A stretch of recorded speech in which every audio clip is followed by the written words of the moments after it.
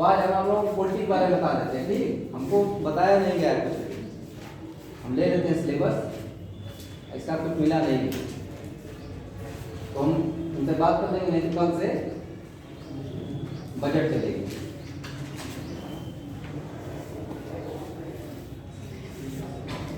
Polity में हम लोग संविधान के बारे में, क्या संविधान कोई परिभाषा बताएगा क्या होता है? संविधान क्या होता है संविधान दो शब्दों से मिलकर बना है, सम और विधान। हाँ, इसमें समान प्रकार का विधान होने संविधान। तो भारत का संविधान कब लागू हुआ था?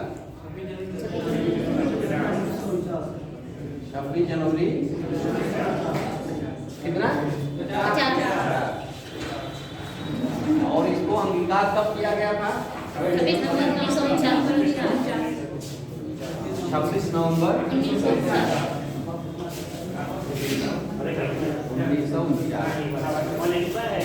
इसको अडॉप्ट कर लिया गया था। ठीक, इसको 26 नवंबर 1949 को अडॉप्ट कर लिया गया था। अडॉप्ट का मतलब क्या हुआ?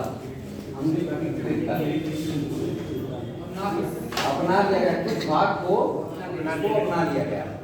और फिर 24 जनवरी 1950 को अंतिम संविधान सभा की बैठक हुई थी।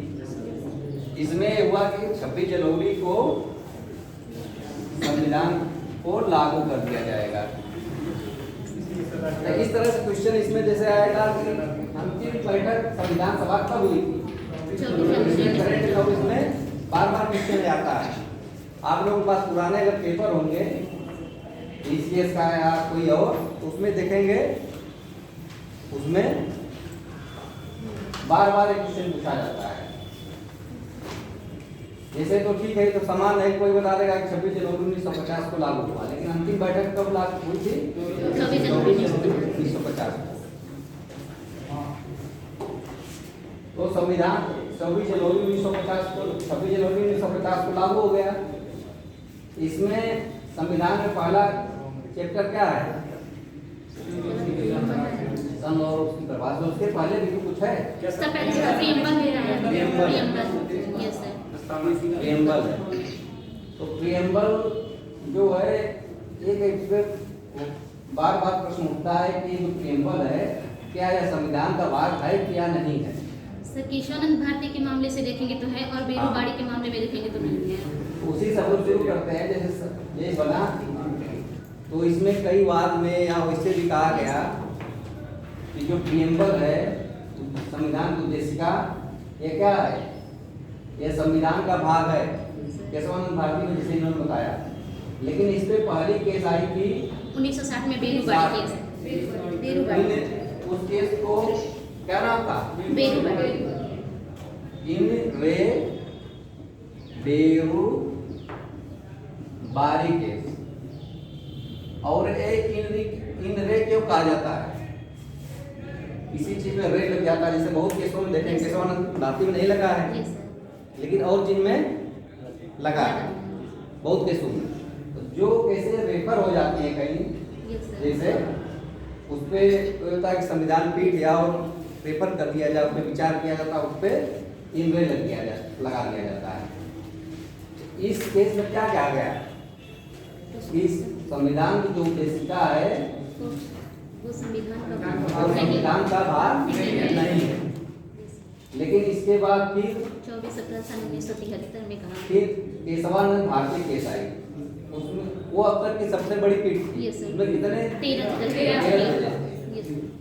ये भी क्वेश्चन मतलब वही तो आएगा, ऐसे तो इसमें नहीं आएगा, सिविल में बहुत ज्यादा होता है। लेकिन एक पूछ लेता है सबसे बड़ी पीठ कब बैठी? तो 24 अप्रैल 1973। 24 अप्रैल 1973। अब कौन केस थी? केशवानंद भारती। इसमें एक सिद्धांत दिया गया था, मूल ढांचा का सिद्धांत। यस, मूल ढांचा का सिद्धांत, बेसिक स्ट्रक्चर, मूल ढांचा का सिद्धांत। मूल ढांचा में क्या क्या है? इसमें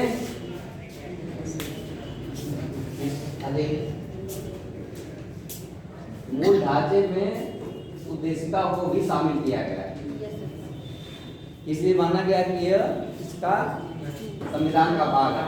और ये कहा गया कि ये जो उद्देशिका है यह संविधान निर्माताओं के विचारों को जानने की कुंजी है, क्या उद्देश्य पाना चाहते थे। जैसे संविधान निर्माता जो थे, संविधान सभा बनी थी ना, संविधान सभा बनी थी, उसकी पहली बैठक कब हुई थी? 9 दिसंबर 1947। तो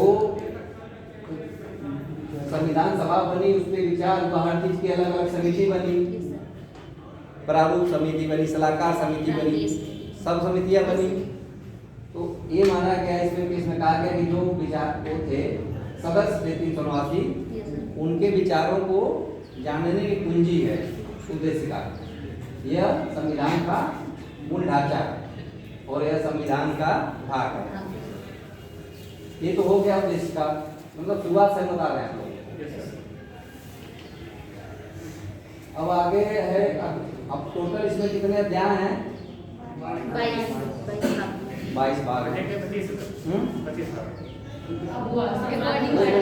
कर दिया गया पहले 22 से 25। जैसे अनुसूचियां 8 थी, यस सर। हाँ, प्रेजेंट में 25। मूल स्टेशन में वही था सर। ये सब क्वेश्चन जैसे बार बार पूछे जाते हैं। और आप लोग पेपर करंट अफेयर्स का, जैसे करंट अफेयर्स का जो सिलेबस है, इसमें कुछ सिलेबस दिया ही नहीं है। अब ठीक, हम अपने हिसाब से, जैसे आप बता रहे हैं, कई बच्चों से पूछिएगा, ठीक, तो बजट कल से हम शुरू करेंगे, तब उसको हम देख के आएंगे, तो शुरू करेंगे। तो अभी उनसे बात की सुबह भी क्या पढ़ाएं इसमें करंट अफेयर्स में, और कुछ उसके अलावा क्या पढ़ना चाहते हैं करंट अफेयर्स में?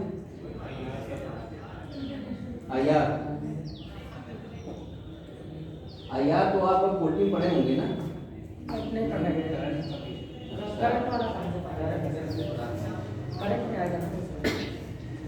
आईआर में देखिए, आईआर के सिलेबस में क्या होता है, करंट में क्या रहेगा। जो इस समय कई देश में यात्रा होती है, हमारे राष्ट्राध्यक्षों की, प्रधानमंत्री की, उनकी यात्राएं, क्या MOU क्या हस्ताक्षर हुए, उसकी कितने हस्ताक्षर हुए। जैसे अभी लखनऊ में समिट चल रही थी ना, हाँ, ग्लोबल समिट, फिर G20 का सम्मेलन होना है। ये सब चीजें, जितने सम्मेलन होंगे सब आईआर में आएंगे, तो उसको पढ़ा देगा। और क्या है, हाँ, राष्ट्रीय समसामयिकी तो आएगी, यूपी का देख लेंगे, तो यूपी स्पेशल पढ़ाना पड़ेगा उसके लिए अलग से।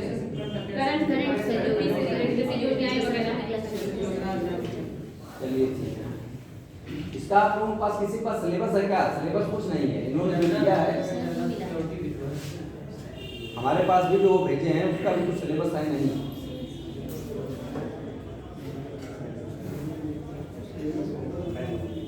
करंट का उनको फोन किया हूँ, राहुल जी को मैं 2 बार कर रहे हैं, भेज रहा हूँ।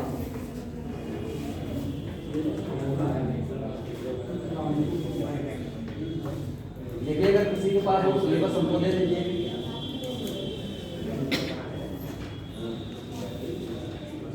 इसके बाद भी आप लोग कोई क्लास रखती है? पीछे की पोल्ट्री, वो तो बता रहे हैं कि पोल्ट्री खत्म हो गई। हम तो पोल्ट्री पढ़ाते हैं, हमको आज बताया गया कि पोल्ट्री को पढ़ाना है। हाँ, हम यहाँ ये टीचर हैं, मैं पोल्ट्री पढ़ाते हैं, पोल्ट्री के लिए नहीं।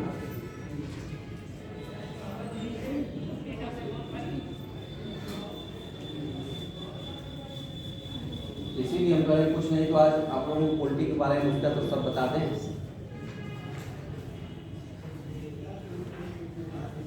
नहीं है सिलेबस में कोई? चलिए हम बात कर लेंगे, अगर नहीं होगा तो कल करेंगे, नहीं तो फिर जैसा होगा तो सूचना देंगे राहुल जी आप लोगों को। तो इसको हम आगे बढ़ाते हैं, इसी को, ठीक है। या तो अभी आप लोगों को करंट में ही अब राष्ट्रपति का चुनाव हुआ था हाल ही में, ठीक, उसके बारे में आज पढ़ा देते हैं हम आप लोगों को। राष्ट्रपति का चुनाव अभी हुआ था ना हाल ही में, तो उसमें भी क्वेश्चन आएगा, जैसे वो करंट भी आएगा। तो राष्ट्रपति का चुनाव, राष्ट्रपति के चुनाव में जस्ट कोई रखा है क्या हुआ?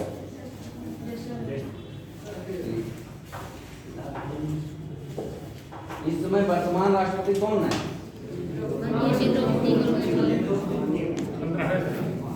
और एक कौन किस नंबर की राष्ट्रपति? 15वें नंबर की। और महिला राष्ट्रपति किस नंबर के हैं? दूसरी। और एक पहली। आदि। तो राष्ट्रपति के चुनाव में कौन कौन लोग भाग लेते हैं और इसकी अर्हता क्या है, ये हम आप लोग बताते हैं। ठीक, इसमें आप लोग नोट करिए, कर लीजिए। या तो राष्ट्रपति में एक राष्ट्रपति के उम्मीदवार के लिए अर्हताएं।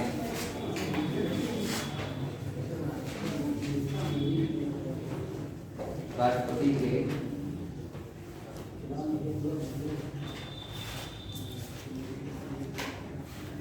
उम्मीदवार होने के लिए अर्हताएं या योग्यताएं क्या क्या जरूरी है। पहली योग्यता है कि इस व्यक्ति जो चुनाव लड़ेगा उसकी आयु न्यूनतम 35 वर्ष होनी चाहिए। नहीं, पागल का शब्द यूज नहीं किया गया। वह पागल हुआ दोनों, और दिवालिया घोषित ना हो। दिवालिया का ये नहीं होता है कि पागल है। दिवालिया क्या होता है?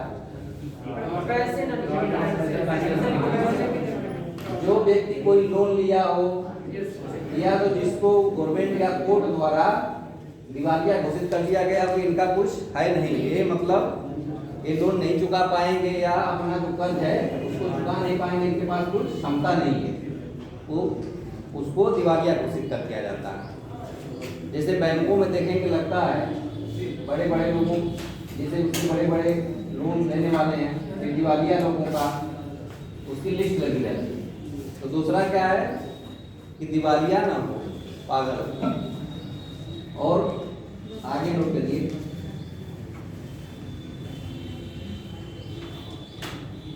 आगे नोट करिए, वह लोकसभा का उम्मीदवार, लोकसभा का उम्मीदवार चुने जाने की अर्हता रखता हो।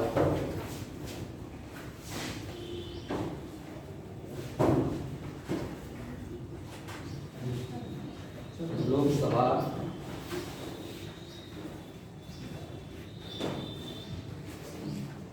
का सदस्य या उम्मीदवार चुने जाने की अर्हता रखता। तो लोकसभा देखिए इसमें दो चीजें हो जा रही हैं, यहाँ पे विरोधाभास हो रहा है। लोकसभा चुने जाने, सदस्य चुने जाने की उम्र कितनी है न्यूनतम? 25 वर्ष। और यहाँ पे स्पष्ट कर दिया गया 35 वर्ष। यहाँ पे दोनों में विवाद की स्थिति में वहाँ पहले 35 वर्ष तो रहेगा ही, इसके बाद वो ये नहीं कोई कर सकता है कि हम लोकसभा चुने जाने के योग्य हैं तो हम जाएंगे, लेकिन आपकी जो आगे ऊपर पहली बताई गई अर्हता वो रहनी चाहिए, 35 वर्ष रहे तब उसके बाद। इसका उद्देश्य क्या है? लोकसभा का उम्मीदवार चुने जाने की अर्हता हो, हाँ, तो फिर इसके लिखने का क्या मतलब है? मतलब अपना एक है कि जैसे उसकी योग्यता जो है वो यहाँ लोकसभा के सदस्य बन जाए। लोकसभा सदस्य बनने की केवल एज का अंतर और कुछ है नहीं, तो वहाँ एज की ऊपर ही कर दिया गया तो वहाँ विवाद की स्थिति नहीं। इसलिए हम बता दिया हूँ कि आपको कोई पूछेगा अभी इसके तो 25 साल ही है, तो वहाँ तो ऊपर बता दी गई है ना कि 35 वर्ष ही है।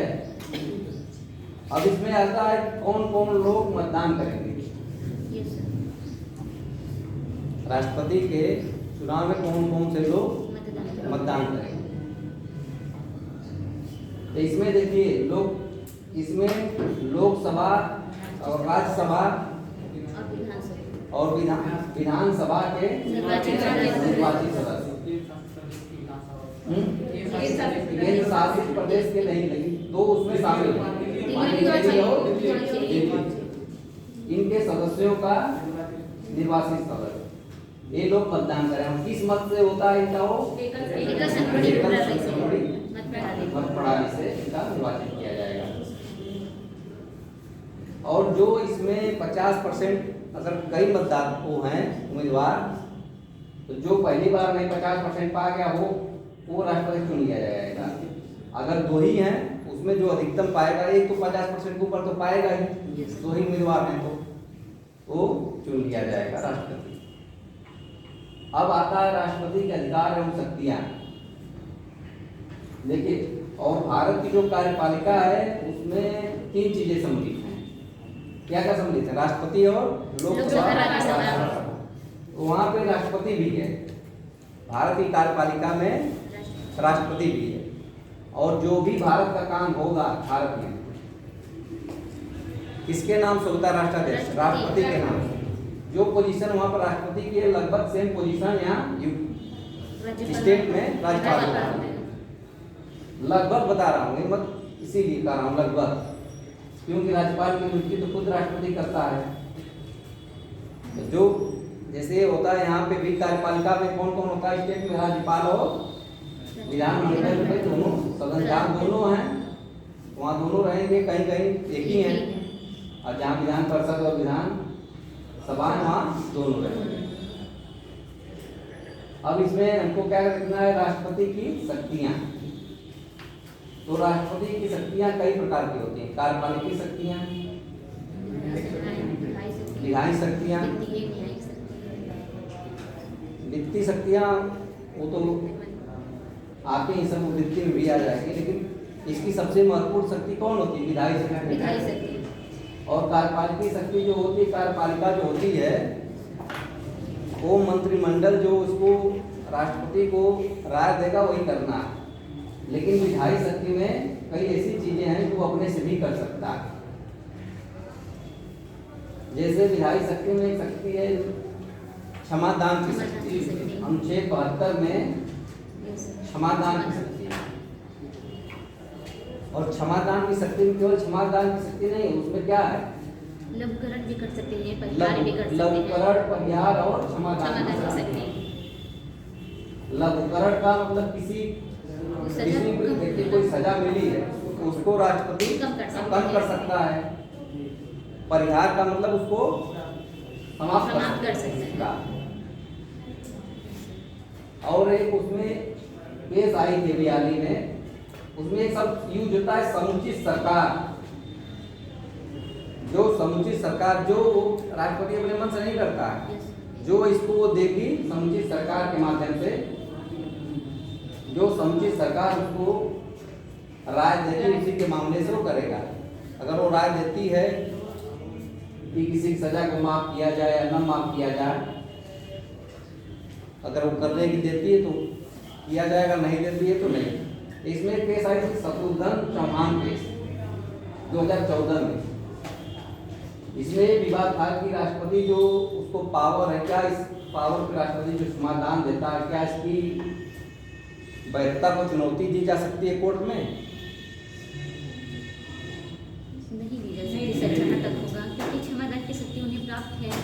नहीं, तो इसमें है कि उसकी वैधता को चुनौती नहीं दी जा सकती, लेकिन उसकी प्रक्रिया को चुनौती दी जा सकती है कि किस प्रक्रिया के तहत इसने दिया है। उस समय के प्रणब मुखर्जी थे राष्ट्रपति, शायद कंफर्म नहीं है, उसी समय थी। और उस समय काफी लंबी केसें थी। दया याचिका की जो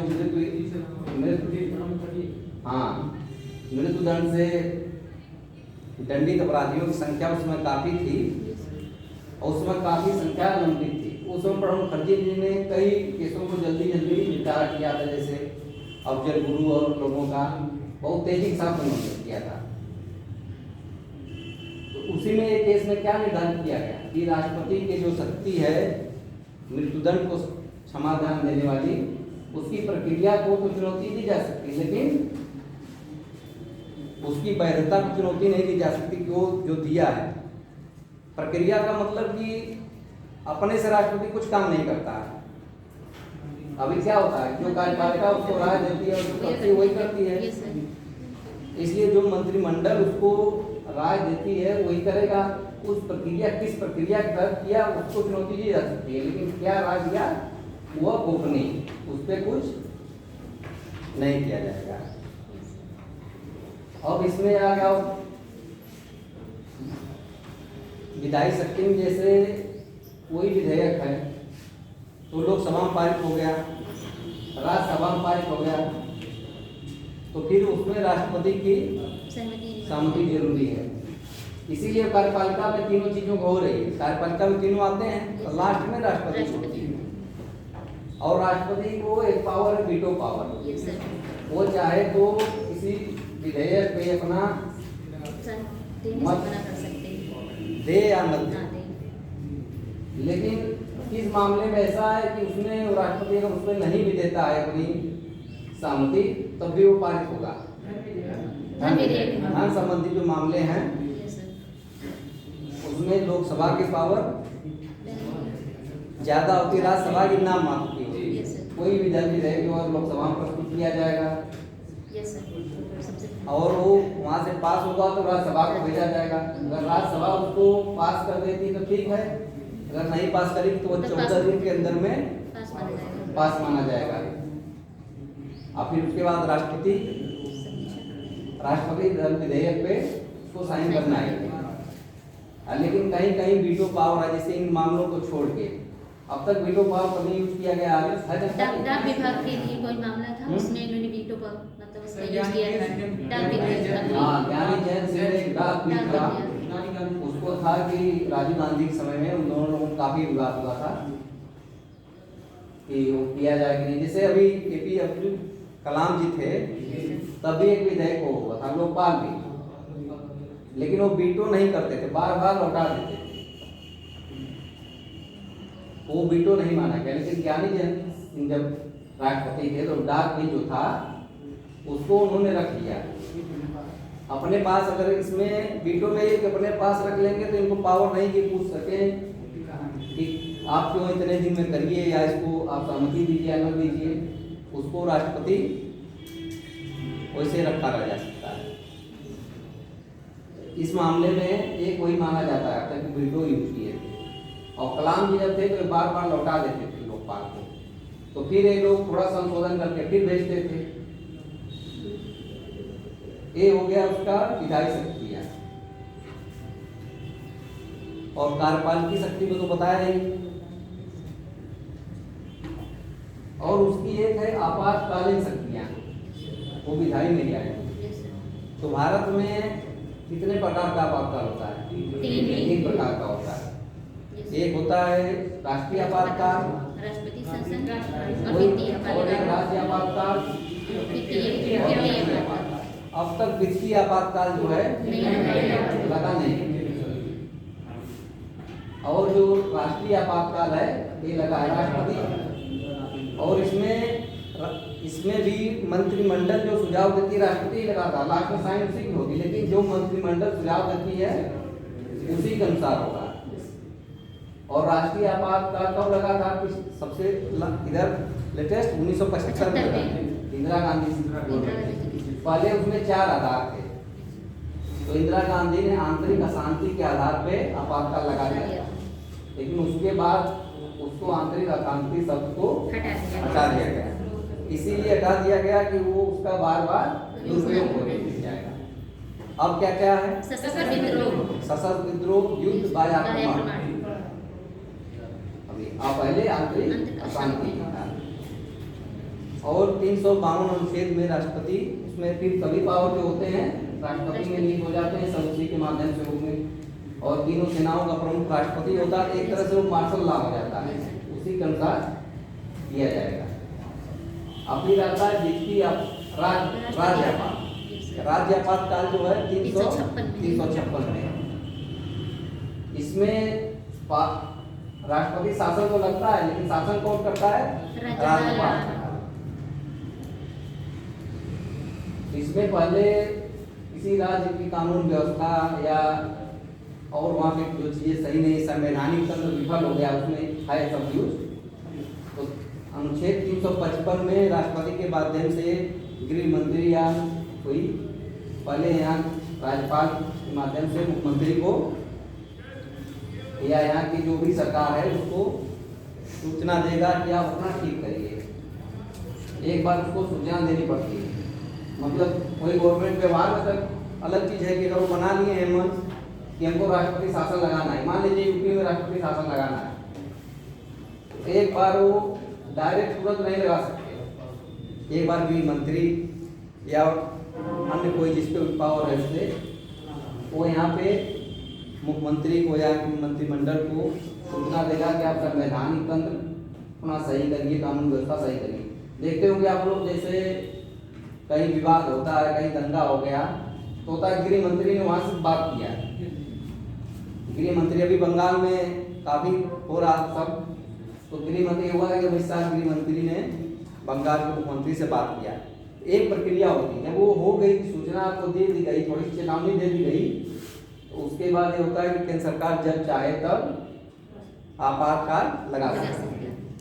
इतना हो जाने के बाद जो स्टेट गवर्नमेंट होती है वो खुद सतर्क हो जाती है, उसके पास कोई विधि को नहीं बचेगा कि हमको सूचना नहीं दी गई, वैसे आपातकाल लगा दिया गया। तो 355 में सूचना दी जाती है, चेतावनी दी जाती है, और 356 में आपातकाल लगा दिया जाता है।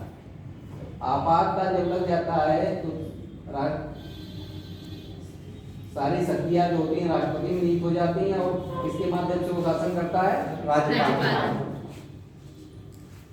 और इन दोनों में एक अंतर और है कि राष्ट्रीय आपातकाल और इस राज्य के आपातकाल, इसमें जो होते हैं मूल अधिकार जो होते हैं उसमें निलंबित नहीं होते हैं राज्य, और केंद्र में निलंबित हो जाते हैं, सिवाय एक अनुच्छेद को 20 और 19 को तो पहले कर दिया जाता है। 21 को क्यों नहीं किया जाता है? प्राण एवं दैहिक स्वतंत्रता का वो। और 21 का आयाम इन दिनों दिन इस समय बढ़ता जा रहा है। जैसे वो एलएलबी वाले वो जानते होंगे कि इतना बड़ा 21 पे अगर आप एक बुक लिखना चाहें, इतनी केस, इतना सब कुछ चीजें हैं जो अनुच्छेद 21 में इस समय समाहित होती जा रही है। और क्यों समाहित होती जा रही है? कोई केस ऐसा बताएंगे आप लोग कि किस केस के कारण जैसे हर चीज को इसमें शामिल किया जाता है? हाँ, तो उसमें क्या शब्द है? कोई शब्द एक बताइए क्यों शामिल होना है? मेनका गांधी केस में क्या कहा गया था? मेनका गांधी केस में एक शब्द यूज किया गया था, मानव गरिमा के साथ। मानव गरिमा के साथ ये हुआ था कि व्यक्ति को मानव गरिमा के साथ जीवन जीने का अधिकार है। तो मानव गरिमा में बहुत सी चीजें आ जाती हैं। मानव गरिमा में बहुत सी चीजें आ जाएंगी। आपको पढ़ाई लिखाई का अधिकार मानव गरिमा के लिए, चिकित्सा का अधिकार, स्वास्थ्य का अधिकार। जैसे उसमें हुआ क्या था, उसमें उनका पासपोर्ट जब्त कर लिया गया तो विदेश नहीं जा पाए, इसीलिए कहीं घूमने का उसे अधिकार। अब तो वर्तमान समय में बहुत बढ़ता जा रहा है। सबसे लेटेस्ट उसमें क्या जोड़ा गया है? अभी 2014 में एक केस आई थी किन्नरी रामलीला रामलीला मैदान, जब बाबा रामदेव 2014 में रामलीला मैदान में धरना दे रहे थे तो लोग रात में सो रहे थे, तो दिल्ली पुलिस ने रात में ही लाठी चार्ज कर दिया था। तो वहाँ पे एक संस्था ने केस किया था कि हम लोग शांतिपूर्वक सो रहे थे और हम लोगों के मूल अधिकार का उल्लंघन हुआ। तो इसमें मान लिया गया कि सोने का अधिकार जो है, राइट टू स्लीप, वो भी मूल अधिकार है। जैसे अनुच्छेद 21 में बहुत से है ना, right to education, right to livelihood मतलब खाने का, राइट टू, उसमें एक नया क्या जोड़ा गया? सोने का अधिकार, राइट टू स्लीप। अगर शांतिपूर्वक कोई व्यक्ति अपना सो रहा है और अपने वो कानून के दायरे में, तो आप उसको डिस्टर्ब नहीं कर सकते। क्या आप लोगों की अटेंडेंस भी होती है क्या इसमें? Yes sir. आप दोनों लोग तो ग्रेजुएशन में ही हो ना? ग्रेजुएशन वाले भी एडमिशन ले सकते हैं?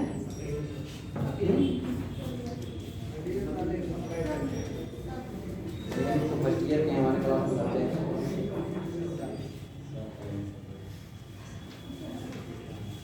यहाँ तो कई बार आप लोग क्या वहाँ आए सरकारी की स्टूडेंट की संख्या बढ़ाई जाए। पहले जाते लोग थे क्या यहाँ पे? Yes sir. एक क्लास बस मई तक चलना है ना सर? उसके पहले ही बंद हो जाएगा, अप्रैल के लास्ट वीक तक बंद हो जाता है। अच्छा, उसमें जो शेड्यूल आया है 28 मई को यूपीएससी पेपर है ना, कब है? 28 तो उसमें इसके पहले ये सब समाप्त करना है, तो इसीलिए लग रहा है करंट अफेयर्स को बाद में रखा गया है। Yes sir. क्या बता रहा था मैं, आर्टिकल 21। राइट रशिए। तो आर्टिकल 21 में सब कुछ शामिल करता है, होता जा रहा है मानव गरिमा की वजह से। और इसको हम इसमें आप लोग कहेंगे कि वहाँ पढ़ा रहे थे सर, यहाँ आ गए, उधर पढ़ा रहा था मैं राष्ट्रपति का अधिकार आपातकाल। Yes sir. तो इसलिए वो बता रहा था कि ये आर्टिकल 21 जो है 21, उसका अधिकार निलंबित नहीं होता है, वो रहता है। जब आपको जीने का अधिकार ही नहीं रहेगा तो फिर कहाँ से कोई कानून का क्या करेगा? जब व्यक्ति रहेगा तब तो कानून रहेगा कोई। Yes sir. इसलिए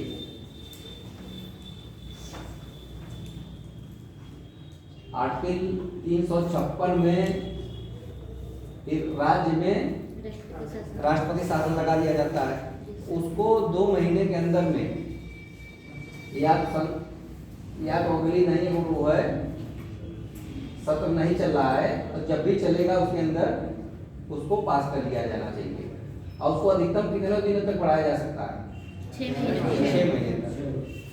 अब तक सबसे ज्यादा राष्ट्रपति शासन पंजाब में लगा है। एक क्वेश्चन आता है जैसे सबसे ज्यादा राष्ट्रपति शासन पंजाब में लगा। उस समय इंदिरा गांधी गवर्नमेंट की बहुत ज्यादा वो लगता है राष्ट्रपति शासन। कोई भी गवर्नमेंट जब बहुत पावरफुल होती है तो ये सब चीजें होती हैं।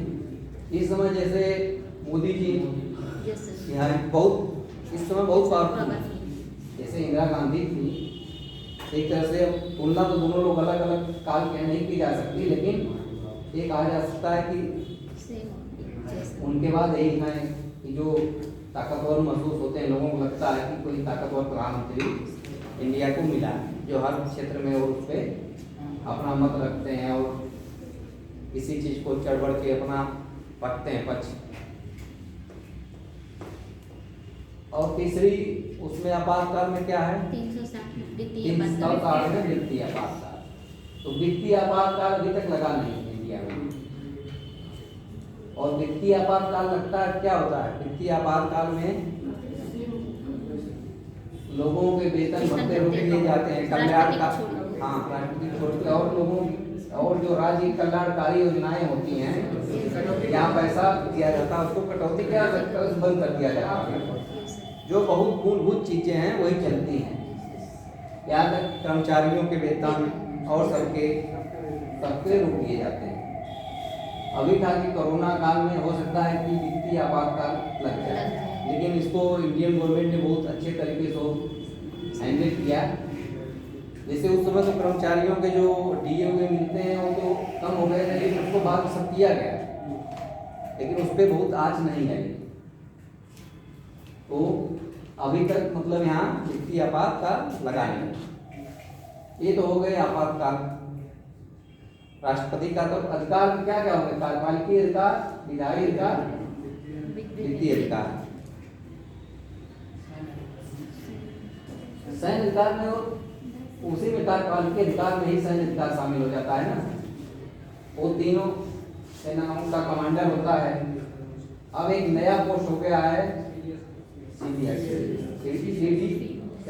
क्या है? CPSC, commander of chief.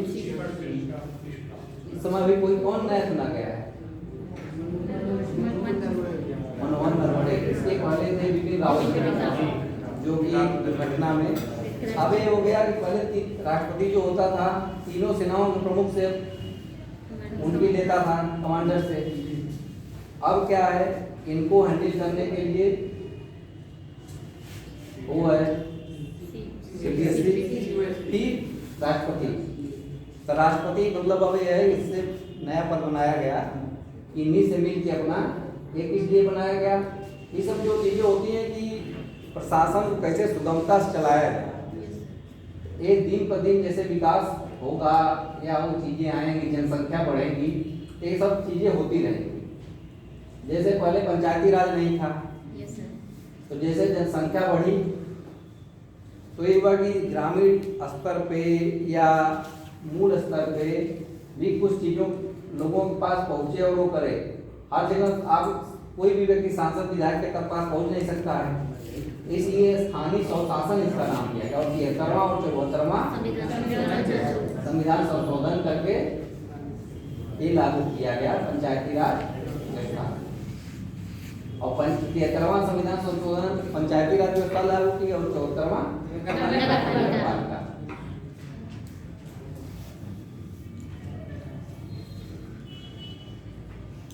अब बताइए, और इसमें आप लोग कोई कंफ्यूजन हो इस पे बताया हो बताइए। मार्शल लॉ जो सैन्य शासन होता है उसी पर प्रयास करते हैं। ये वैसे आपातकाल में लागू नहीं होता है। इसको डायरेक्ट लिए हो, देखिए 36 में होगा शायद, लिए ना कोई 34 मार्शल लॉ अभी इंडिया में लागू नहीं हुआ है, वो मार्शल लॉ दूसरे ढंग का है। हाँ, ये तो आर्मी लॉ वहाँ लागू होता है और कंटेनमेंट वो मार्शल लॉ वहाँ नहीं लागू होता है। उनका आर्मी का अपना मार्शल लॉ तो लागू जब होगा तो जैसे आपातकाल है उस तरह से है, लेकिन उससे भिन्न है। उनका अपना वो है कि एकता, अखंडता और गोपनीयता के लिए होता है कि दूसरे लोग उनके अंदर कैंटोनमेंट बोर्ड एरिया में न जा पाए। वहाँ पे मार्शल लॉ नहीं है। नहीं मार्शल लॉ नहीं करते। और कंटेनमेंट बोर्ड एरिया में थोड़ा है कि मार्शल लॉ होता है, तब तो एक ही समय में 2 लॉ कैसे चलेगा। एक तो भारत सरकार है, एक जगह आप बता रहे हैं कि वहाँ वो चलेगा तो समांतर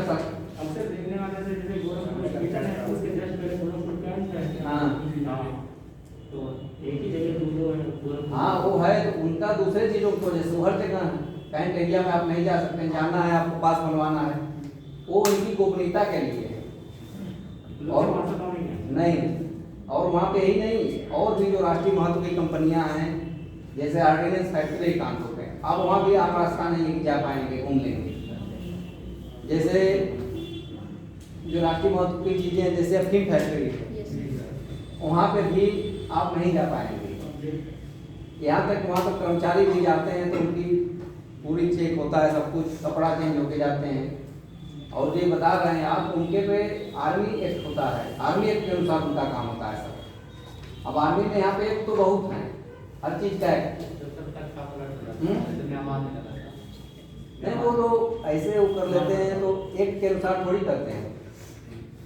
तख्ता पलट जो होता है, जैसे इंडिया में कभी तख्ता पलट नहीं हुआ, पाकिस्तान में हो जाता है। जहाँ लोकतंत्र ज्यादा होता है पाकिस्तान में हो जाता है, और वहाँ हमेशा सेना का दखल बहुत ज्यादा होता है। अभी देखिए वहाँ के राष्ट्रपति जो बने थे, अभी हाल में उनका देहांत हो गया।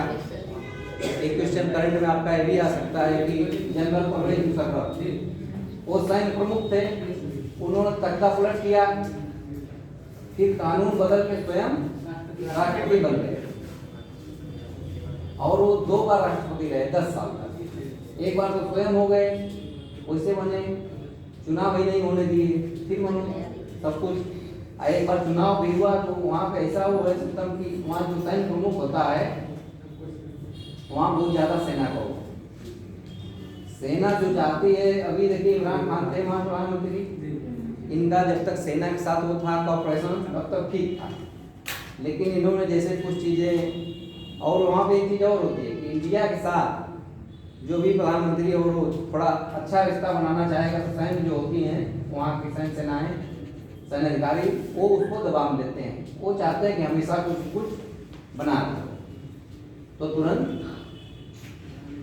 अब उनको साथी नहीं दी। कौन इस समय कौन है, बाजा है ना, क्या नाम, बाजवा सैन्य प्रमुख पाकिस्तान के, बाजवा, कोई बाजवा करके नहीं, बाजवा तो उनका जैसे इनसे थोड़ी इंटरमेंसी कम हुई तो वहाँ हट गए। नवजोत सिंह सिद्धू क्या किए, उन्हीं से जाके एक मैच में गले लग गए, इसके लिए भी काफी वो हुआ था। तो ये यहाँ की इंडिया की सेना है और अन्य देशों की सेना बहुत अंतर है। और हम जैसे कहीं से तुलना करेंगे तो अपने आस पड़ोस का ही करते हैं। तो पाकिस्तान और यहाँ बहुत जमीन आसमान का अंतर है। यहाँ लोकतंत्र जो है हमेशा से मजबूत रहा और यहाँ पे लोकतंत्र मजबूत होने के कारण तानाशाही नहीं होती है।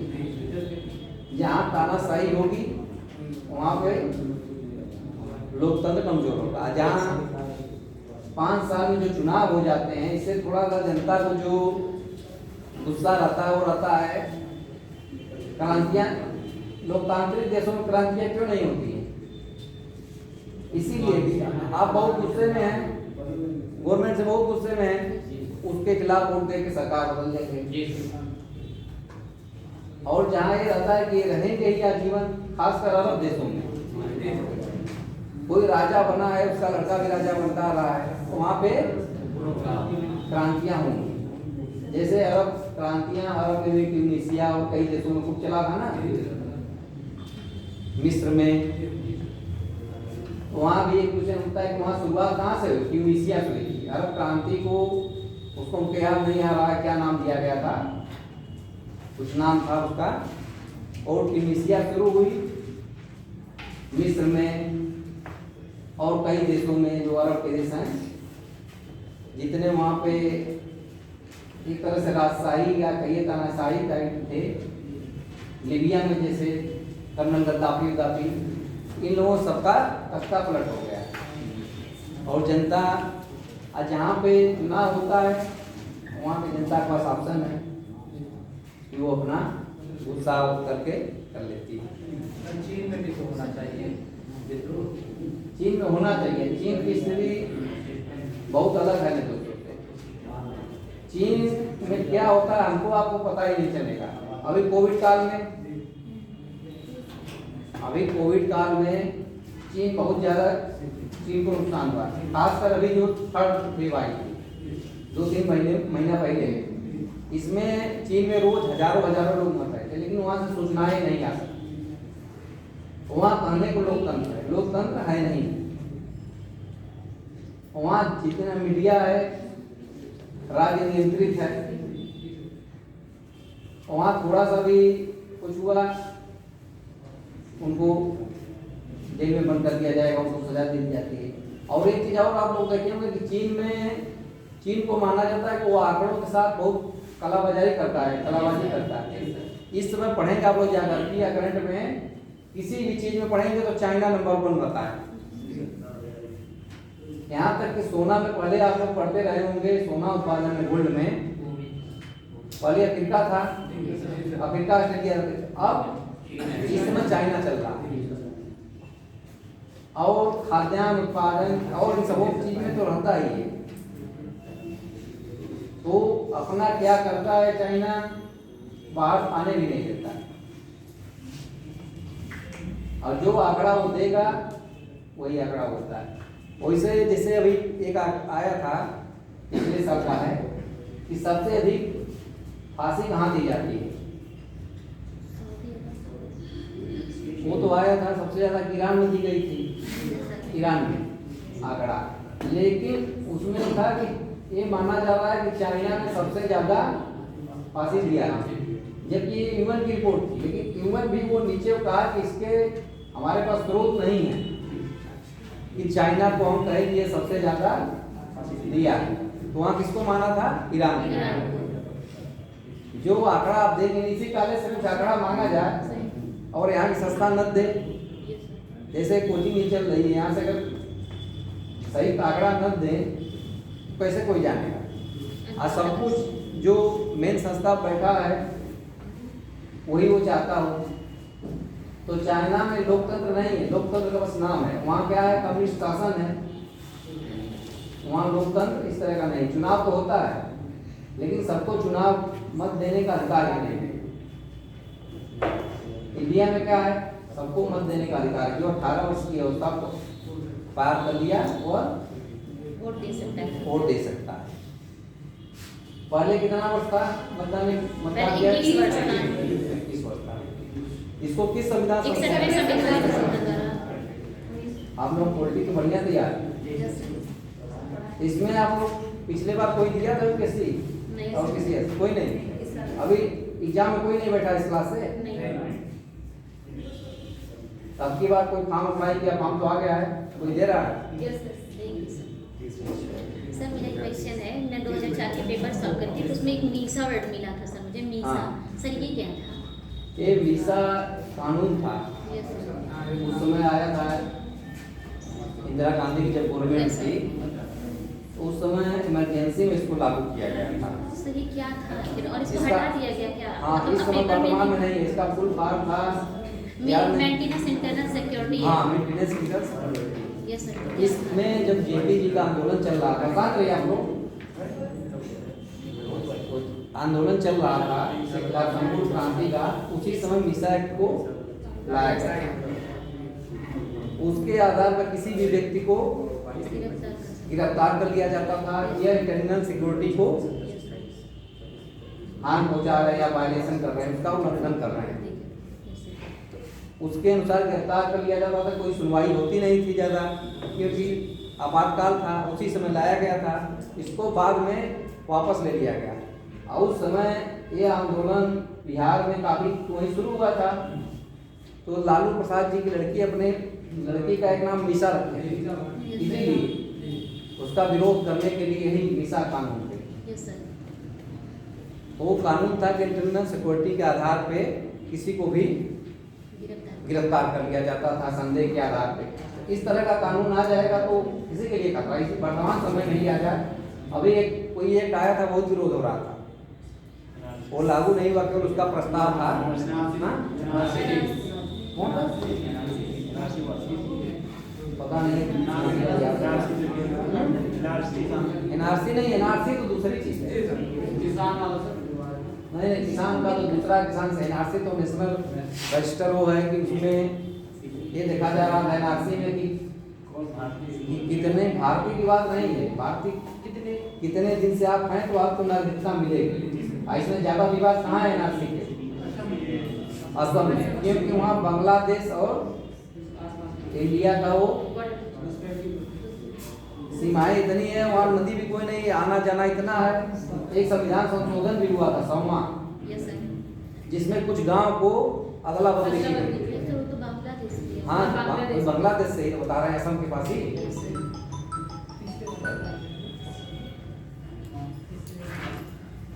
उसमें कुछ गांव को भारत जैसे ऐसी भौगोलिक संरचना थी कि वो इंडिया में, बांग्लादेश के गांव इंडिया में आ जाए तो ठीक है, और इंडिया के गांव बांग्लादेश में चला जाए। इस तरह से भारत अपना ज्यादा गांवों को दिया था, बल्कि उसको कम गांव मिले, लेकिन उस समझौते को लागू किया गया, इसीलिए था। एनआरसी उधर ही ज्यादा, सबसे पहले लागू कौन करने वाला देश और राज्य है एनआरसी को? असम। और असम में 40 लाख लोगों को ये माना जाता है कि वो इंडिया के नागरिक नहीं, अभी लागू नहीं हुआ, वो अपना दस्तावेज नहीं दिखा पाए। क्या